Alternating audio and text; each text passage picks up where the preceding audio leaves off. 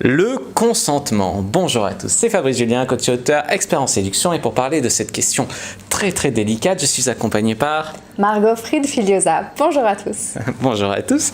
Alors, toi, tu es auteur, coach et conférencière sur les relations... Intimes et sexuelles, tout à fait. Donc, nous sommes en présence d'une spécialiste sur ces questions-là, parce que c'est vraiment un sujet, le consentement, qui à la fois fait l'actualité, mais qui est aussi également intemporel. C'est d'essayer de comprendre, pour nous les hommes, tu vois, comprendre comment on pourrait déjà définir le consentement. Le consentement, si on regarde juste la définition, le mot consentir, c'est donner son accord. Moi, je trouve que ça, c'est pas suffisamment poussé quand on parle de sexualité, parce que est-ce que juste donner son accord, ça suffit pour un rapport sexuel? Moi, je préférerais penser que le consentement, c'est quand les deux personnes ont envie d'un rapport sexuel, et pas juste « ah bon, d'accord, parce que sinon... Enfin voilà, c'est vraiment un oui parce que la personne en a envie, parce que c'est un vrai désir des deux personnes. Le consentement aussi, selon la loi française, il faut que ce soit un consentement éclairé, donc pas sous substances, alcool, drogue, tout ça qui vont changer nos perspectives. Et aussi un oui qui est dit explicitement. C'est-à-dire que juste, et on va en parler de ça justement, comment est-ce qu'on sait vraiment que la personne a dit oui ? Parce que si c'est pas dit explicitement, le consentement est pas toujours très clair. Parce que malheureusement, dans la pratique, quand on drague une fille et qu'on arrive au moment où on l'embrasse, où ça chauffe, etc., c'est pas le moment où tu vas faire « Au fait, tu veux coucher avec moi ? Oui, non, coche une case, tu vois ?» C'est pas... ça vient pas... il me semble que c'est un truc que personne ne fait, presque. Alors, c'est ce qu'il faudrait faire. Pas forcément coche une case, mais je pense qu'on a besoin d'apprendre à parler. Je pense qu'on a besoin d'apprendre à parler plus. Parce qu'il faut se rendre compte que pour certaines personnes, on se dit que c'est soit oui, soit non, et que ça doit être super clair et explicite. Mais avant de pouvoir parler du consentement et de comment est-ce qu'on en parle, il faut comprendre ce qui peut se passer dans la tête d'une personne, que ce soit un homme ou une femme, quand elle est dans une situation de stress. Parce que un rapport sexuel, ça peut être stressant, on peut se sentir sous pression, on peut avoir peur des répercussions. Le nombre de femmes qui racontent leur viol où justement elles n'ont rien dit, elles n'ont pas dit non, elles n'ont pas crié, elles ne sont pas débattues parce qu'elles avaient peur. Parce qu'elles avaient peur de se faire tabasser, elles avaient peur de se faire tuer.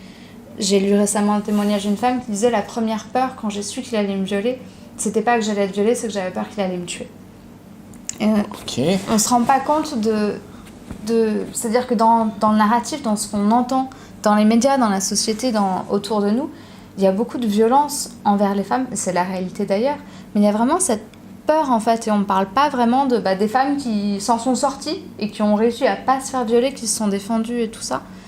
Et donc ce qui se passe, c'est que ça crée vraiment une situation de stress, et pour beaucoup de femmes, pour le peu qu'elle n'ait pas beaucoup de confiance en elle, qu'elle ait juste peur de ce qui puisse se passer, qu'elle n'ose pas, ça peut mettre le cerveau sous stress. Quand le cerveau est sous stress, il y a 3 réactions possibles de stress. Il y a la fuite, on se barre, on arrive à dire non, voilà, on s'en va, ok. Il y a l'attaque, donc les personnes qui vont se mettre à hurler, à taper, enfin voilà. Et le 3e, et c'est celui-là qui est le moins bien compris, c'est l'immobilisation, où le cerveau va envoyer l'information au corps que la meilleure manière de survivre dans cette situation, c'est on arrête tout, on immobilise, on fait le mort en fait. C'est un peu comme le lapin qui voit un prédateur et qui d'un coup se rigidifie, qui ne peut plus bouger. Juste, il fait pas semblant, il ne peut plus bouger. Physiologiquement, ses muscles sont tétanisés. Et mesurer ça, c'est super important, parce que ça nous arrive tout autant qu'au lapin. C'est vraiment... Moi, on me pose des lapins, c'est autre chose. Ça, c'est autre chose. Mais ça peut vraiment, vraiment arriver de se sentir complètement incapable de réagir.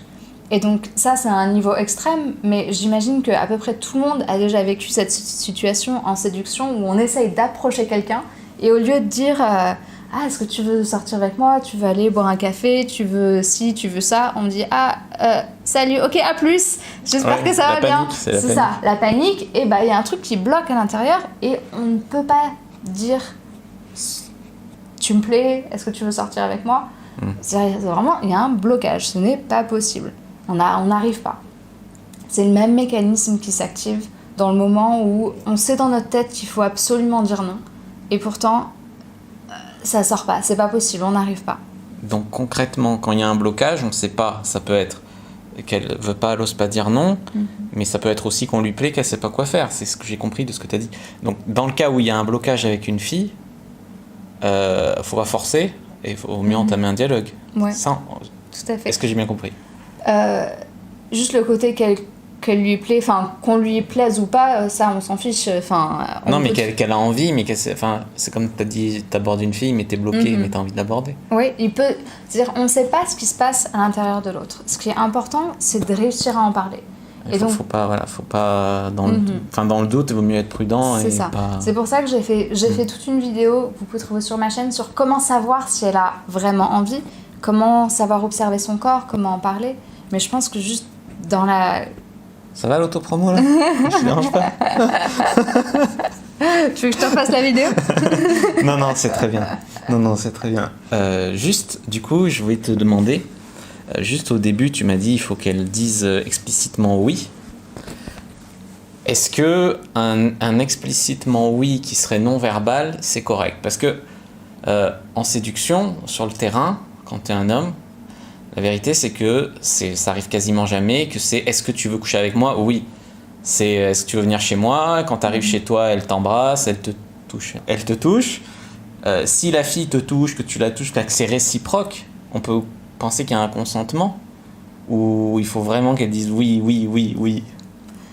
Je pense qu'il n'y a pas de règle universelle, mais je pense que c'est important de développer notre sensibilité à l'autre et à ce qui s'y passe vraiment, parce qu'il peut tout à fait être le cas que elle te touche parce que elle n'ose pas ne faire autrement. C'est tout à fait possible qu'elle touche, qu'elle embrasse en retour parce qu'elle n'ose pas donc elle dire peut être non. active tout en ne voulant pas? C'est ça. Je pense que ce qui est important, c'est pas de se prendre la tête sur les détails, mais c'est de dire... Je pense que c'est important de parler de toute manière. Mais c'est pas forcément est-ce que tu veux coucher avec moi maintenant, oui ou non. C'est ça te fait quoi quand je t'embrasse comme ça? Est-ce que ça te plaît? Est-ce que ça te plaît pas? Est-ce que tu as envie de ça? C'est-à-dire que parler pour justement améliorer le monde, parce que de toute manière, quand on couche avec quelqu'un pour la première fois, et même les fois d'après, c'est impossible de savoir ce qui est dans la tête de l'autre. C'est impossible de savoir exactement ce que l'autre aime à tout moment. C'est juste pas possible. Et si on se dit pas les choses, on risque de manquer des informations sur le consentement, mais aussi on risque de faire des choses que l'autre aime pas trop, ou alors ne pas faire des choses que l'autre aime bien, justement. Et je pense que le consentement, c'est pas juste soit c'est un viol, soit c'est pas un viol, parce que du coup on est vraiment dans une extrême super binaire, mais il y a tout un spectre en fait de comment est-ce qu'on navigue cette relation-là pour qu'elle fasse du bien aux deux, et qu'il n'y ait pas oui, on a couché ensemble et oui, j'étais consentante. Par contre, il y a une partie que, franchement, ça, j'aurais pas voulu le faire. Parce que ça arrive aussi souvent. La sodomie. La sodomie ou même une fellation. Enfin, le nombre de filles qui se sentent obligées de faire une fellation parce que c'est ça qu'une fille fait, parce que, enfin, voilà, Parce qu'il lui a fait un cuni. Il lui a fait un cuni et du coup, elle se sent obligée de faire une fellation en retour, mais elle en avait pas du tout envie.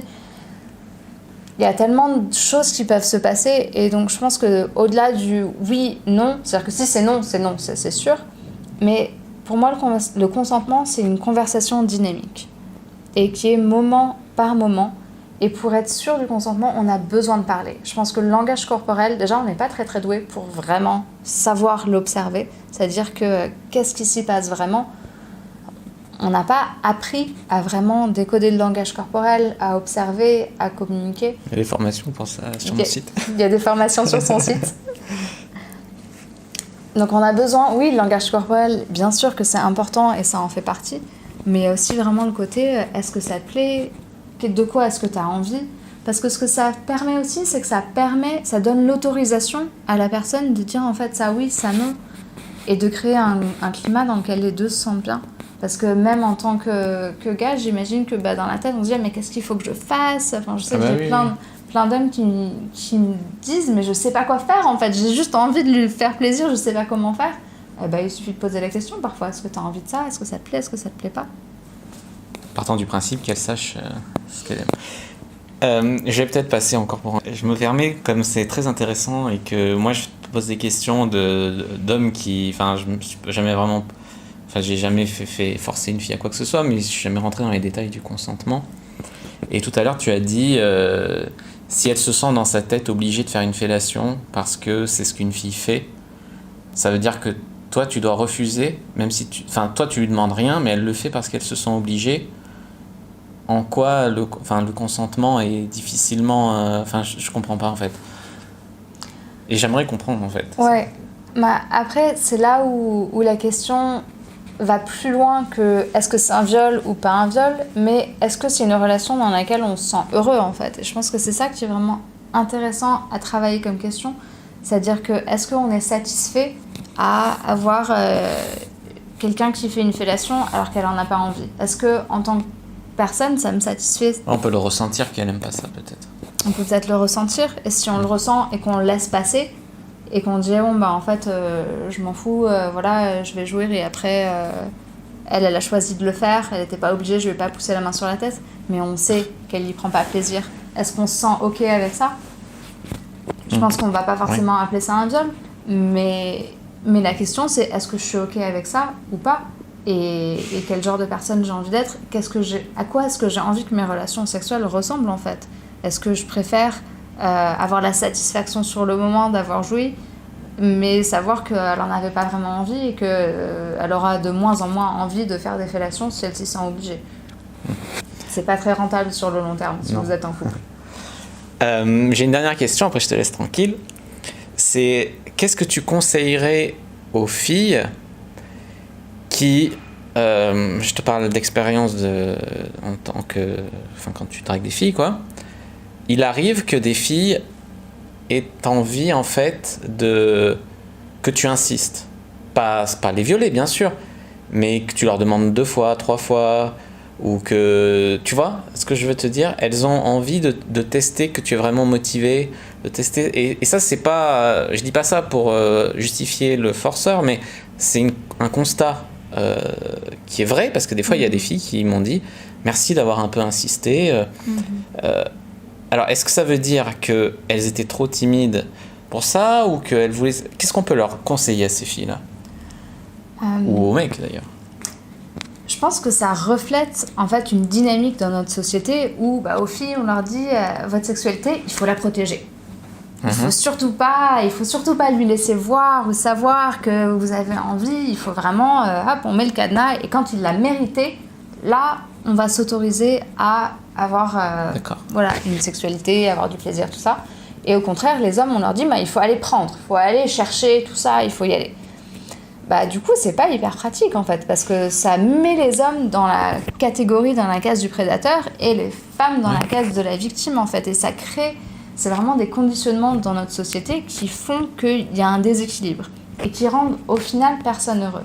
Parce que ça veut dire qu'en tant que femme, on ne se sent pas l'autorisation d'assumer pleinement son désir et de dire oui, j'ai envie de ça, et d'oser en fait. Dans ce que j'entends de ce que tu dis, des filles qui disent merci d'avoir insisté, j'entends j'aurais pas réussi à oser assumer mon désir seule. C'est pour ça qu'il y a peu de femmes qui draguent. C'est pour ça qu'il y a peu de femmes qui draguent. Parce que dans notre société, on nous apprend à être gentille, à être douce, à ne pas faire de bruit, et à ne pas être une salope, et à faire attention à ça, quoi. Du coup, je pense qu'on a besoin de changer un peu cette dynamique de notre société, et ça commence par chaque individu, en tant que femme, de dire, en fait, je les assume mes désirs, et je vais être plus vocale, je vais dire ce que je veux, je vais pas choisir d'être dans la position d'attendre que tu mérites tout ça pour pouvoir, moi, avoir accès à ma sexualité, te tester, tout ça. Parce qu'au final, ça fait un rapport malsain. Ça fait un rapport malsain à la sexualité. Et puis après, on s'étonne que les femmes... Enfin, on dit dans notre société que les femmes aiment le sexe moins que les hommes. Moi, je pense que c'est complètement faux. Mais c'est vrai qu'on nous enseigne à penser ça. Moi, j'enseigne pas ça. Toi, t'enseignes pas ça. Non, c'est vrai. Mais tu peux être d'accord que souvent c'est ça qu'on dit, quoi. Enfin, ça s'entend. C'est ce qui ressort toujours de la sous-communication de pratiquement tout ce que tu vas... C'est ça, les filles aiment le sexe moins que les garçons. Alors après, ça dépend comment l'acte sexuel se passe. C'est vrai que si elle s'y sent obligée, si elle n'a pas pris son pied, si elle n'a pas joui, après on s'étonne que les filles veulent moins de sexe que les garçons. Oui, ça peut être logique, quoi. Mais dans dans la mesure où elle peut s'exprimer, moi, mon conseil, c'est on a besoin de sortir de cette dynamique-là où les hommes ont une espèce de « il n'y aura jamais assez, du coup, il faut que j'aille comme un prédateur ». Et d'oser prendre le temps, en fait, d'oser attiser son désir, d'oser aller plus doucement et poser les questions surtout. D'oser lui demander est-ce que ça te plaît, est-ce que tu as envie, de quoi tu as envie. C'est une bonne question de quoi tu as envie, parce que ça veut pas dire est-ce que tu as envie, mais tu as envie de quelque chose, c'est de quoi que tu as envie. Et de vraiment poser des questions là-dessus. Et en tant que fille, de dire en fait, non, nos désirs, on les assume et on va oser les dire et on va oser dire ce qu'on veut et ce qu'on veut pas. Et ça, c'est des compétences, ça se travaille. Et ce que je dis toujours, c'est que ne pas attendre d'être dans un moment en face de la personne qui nous plaît ou d'être dans le lit, tout ça, pour essayer de travailler ces compétences-là. C'est-à-dire que dire ce qu'on veut, dire oui, dire non, ça se travaille avec ses potes, ça se travaille avec ses parents, avec ses amis, dans le côté ah, tu veux bien me rendre ce service, tu veux bien faire ci, j'ai besoin d'aide pour ça, est-ce que tu peux faire ci? Si j'ai envie, oui, si je peux pas, je dis non. Je connais tellement de personnes qui vont faire 15 millions de trucs pour leurs potes pour se sentir aimés. Et à la fin, ils sont épuisés et ça crée pas des relations saines. Donc on a besoin de travailler ces compétences-là dans notre vie de tous les jours. Comment est-ce qu'on dit oui, comment est-ce qu'on dit non, et à quoi est-ce qu'on dit oui, et de savoir s'exprimer. Eh bien, c'était une réponse très très complète. Moi, si je peux me permettre un conseil d'homme, attention, je suis tellement d'accord avec toi sur le fait qu'il faudrait qu'on arrive à faire passer un message aux femmes. C'est même pas être des salopes, pas du tout. Non. Mais c'est s'assumer. Assumer un peu plus.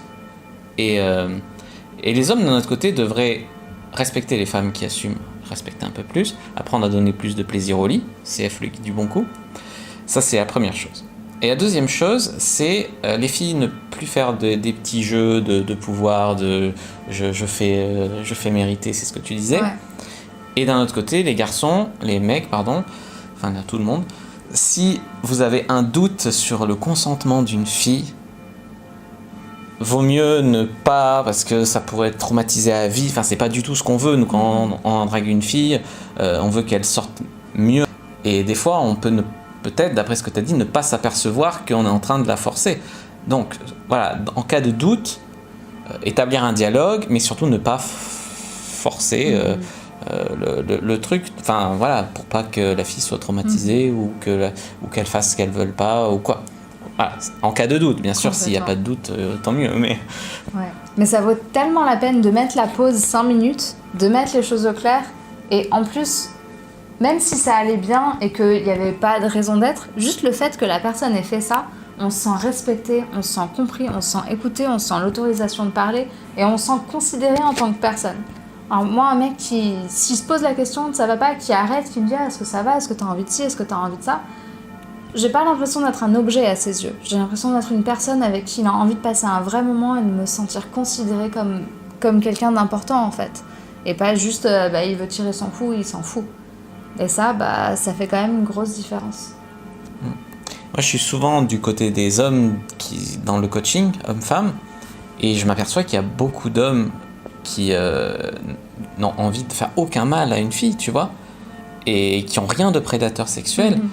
Et malheureusement, c'est par des incompréhensions, en fait, avec les femmes, qu'on en arrive à des étiquettes de gros porcs, de trucs, alors que la plupart des gens, ils veulent pas ça, tu vois, c'est triste quelque part. Complètement.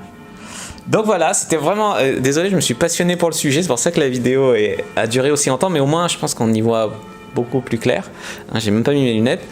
Où est-ce qu'on peut te retrouver alors si on veut en savoir plus sur tous ces sujets? Vous pouvez me retrouver sur YouTube, donc ma chaîne c'est mon nom, Margot Fried-Filiosa, sur Instagram, sur Facebook. Vous pouvez aussi retrouver mon livre Saxpérience chez Robert Laffont, qui est sur Amazon, en librairie, vous pouvez le trouver. Et on peut te trouver en conférence si on veut te voir en chair et en os. Si vous voulez me voir en chair et en os, je fais une tournée de conférences à partir de septembre 2019 dans toute la France. Et donc vous pouvez trouver sur mon site internet Margot Fried-Filiosa toutes les dates des conférences. Bon, c'est parfait tout ça, c'est très complet. Moi je mettrai quelques liens dans la description pour que vous puissiez retrouver Margot sur ses réseaux sociaux. Et merci Fabrice de m'avoir invité aujourd'hui. Oh, avec plaisir, avec plaisir. Si vous avez aimé cette vidéo, n'hésitez pas à mettre un like sous la vidéo. Si vous avez des questions encore sur le consentement, n'hésitez pas à laisser un commentaire. Je répondrai avec grand plaisir. Peut-être que Margot passera aussi répondre. Ça sera peut-être un peu plus complet. Non, mais je ferai de mon mieux. Je crois que j'ai bien compris. Je suis fière de toi. T'es fière de moi? Bon, je vais avoir une médaille. N'hésitez pas à vous abonner à nos chaînes, à activer la cloche pour ne pas rater les prochaines vidéos qu'on va faire. N'hésitez pas à télécharger le guide gratuit dans la description, à rejoindre le groupe privé La Communauté de la Cyprine. Et puis voilà, moi je vous dis à bientôt et que le dieu de la sexualité Soit avec vous. soit avec vous.